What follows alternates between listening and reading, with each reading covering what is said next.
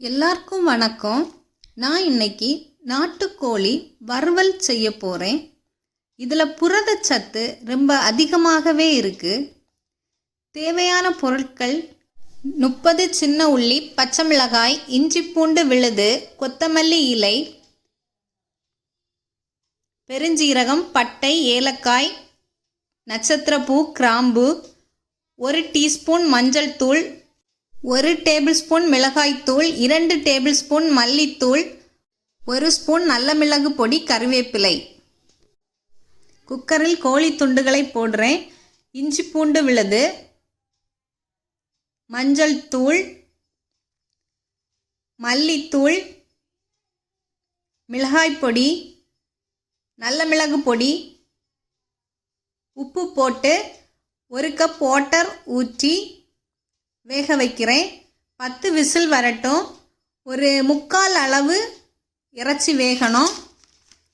கடாயில் ஆயில், ஏலக்காய், பட்டை, நட்சத்திரப்பூ, பெருஞ்சீரகம், கிராம்பு, கறிவேப்பிலை, சின்ன உள்ளி போட்டு நல்லா வதக்குறேன். நல்லா வதக்கிக்கிட்டே இருக்கணும். ப்ரௌன் கலரில் வாரது வரைக்கும் நல்லா வதக்கணும். பச்சை மிளகாய் உங்கள் தேவைக்கு ஆட் பண்ணிக்கோங்க. இந்த கலரில் நல்லா வதங்கணும். உள்ளி வேக வைத்த இறைச்சியை அதில் ஆட் பண்ணுறேன். தண்ணீர் நல்லா வற்றணும். 1 ஸ்பூன் இறைச்சி மசாலா போடுறேன், பொடி. நல்லா கிளறி விட்டுக்கிட்டே இருக்கணும். தண்ணீர் வற்றி வாரது வரைக்கும் கிளறி விட்டுக்கிட்டே இருக்கணும். இப்போ பாருங்கள், ஓரளவு ரெடி ஆயிடுச்சு. கடைசியாக மல்லி இலைகளை தூவி வரட்டி எடுக்கணும். இந்த மாதிரி ட்ரை பண்ணி பாருங்கள்.